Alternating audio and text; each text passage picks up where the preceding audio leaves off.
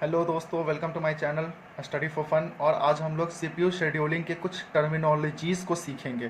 तो किसी भी चीज़ को सीखने के लिए कुछ ना कुछ टर्म तो हमें सीखना होता है। जैसे अगर आपको वॉल्यूम एंड सरफेस एरिया अगर सीखना है तो आपको उससे पहले उससे कुछ टर्म को तो देखना होगा कि क्यूब क्या होता है, क्यूबॉइड क्या होता है। इसी तरीके से आप अगर सीपीयू शेड्यूलिंग सीख रहे हैं तो उससे कुछ ना कुछ टर्मिनोलॉजीज़ को सीखना होगा। तो चलिए स्टार्ट करते हैं हम। सबसे पहला है बर्स्ट टाइम। बर्स्ट टाइम या फिर उसी को बोलते हैं एग्जीक्यूशन टाइम या फिर रनिंग टाइम। ये तीनों एक ही चीज़ को डिनोट करता है। बर्स्ट टाइम क्या होता है? मतलब एक प्रोसेस को जितना टाइम लगेगा एग्जीक्यूट होने के लिए वो होता है बर्स्ट टाइम।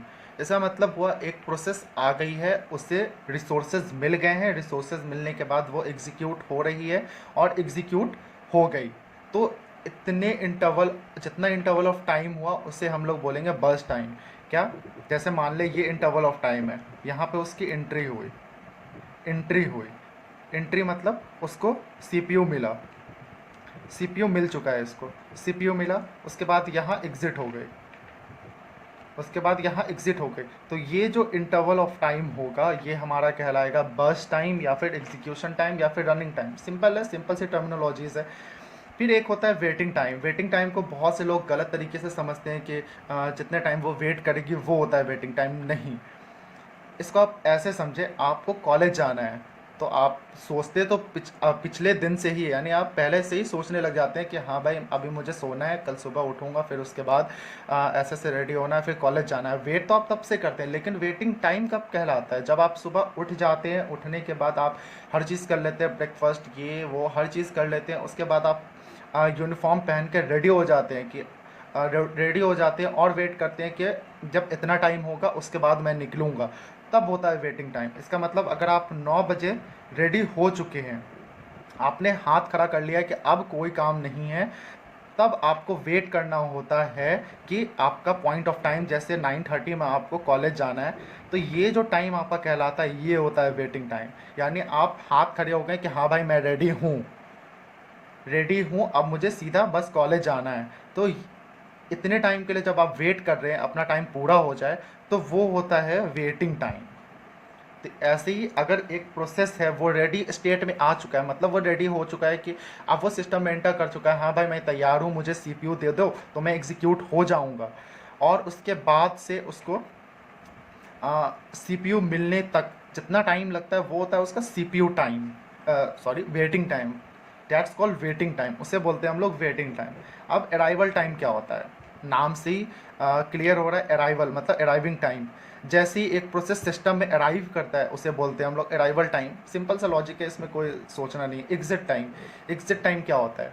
तो एक प्रोसेस जब सिस्टम में आता है तो अराइवल टाइम, जब सिस्टम से जाता है तो वो एग्जिट टाइम। सिंपली वो जब एग्जीक्यूट हो गया तो सिस्टम से बाहर एग्जिट भी तो करेगा, तो उसे हम लोग बोलते हैं एग्जिट टाइम।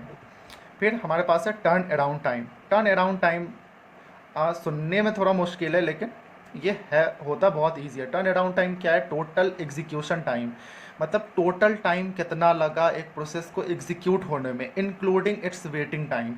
मतलब जब वो सिस्टम में आया, आने के बाद वो उसे कितना टाइम वेट करना पड़ा, कितना टाइम उसे एग्जीक्यूशन में लगा, उसके बाद वो एग्जिट हुआ, तो वो कहलाता है हमारा टर्न अराउंड टाइम। यानी total time for execution and plus waiting of the process is called turn around time. इसलिए हम लोगों ने इसे कहा है turn around time equals to burst time plus waiting time. मतलब टोटल टाइम उससे एग्जीक्यूट होने के लिए और प्लस साथ में उसको वेटिंग के लिए भी तो कुछ टाइम लगा, तो टर्न अराउंड टाइम ऐसे कैलकुलेट हो सकता है। और या फिर टर्न अराउंड टाइम क्या हो सकता है? हम लोग exit time minus arrival time कर दें तो सेम है, exit time minus arrival time. जब वो एग्जिट हुआ उसमें हम लोगों ने माइनस कर दिया अराइवल टाइम, तो हमारा वो टर्न अराउंड टाइम हो गया। अब होता है रिस्पॉन्स टाइम। रिस्पॉन्स टाइम का कॉन्सेप्ट थोड़ा सा ज़्यादा है और रिस्पॉन्स टाइम बहुत इंपॉर्टेंट भी होता है। इसको ईज़िली आप समझ सकते हैं कि एक प्रोसेस है, एक प्रोसेस आप सिस्टम में एंटर कर चुका है, मतलब वो रेडी स्टेट में आ चुका है, वो हाथ खड़ा कर चुका है कि भाई मैं अब रेडी हूँ, मुझे जैसे ही सीपीयू मिलेगा या फिर मुझे जैसे ही रिसोर्सेज मिलते हैं मैं एग्जीक्यूट हो जाऊँगा।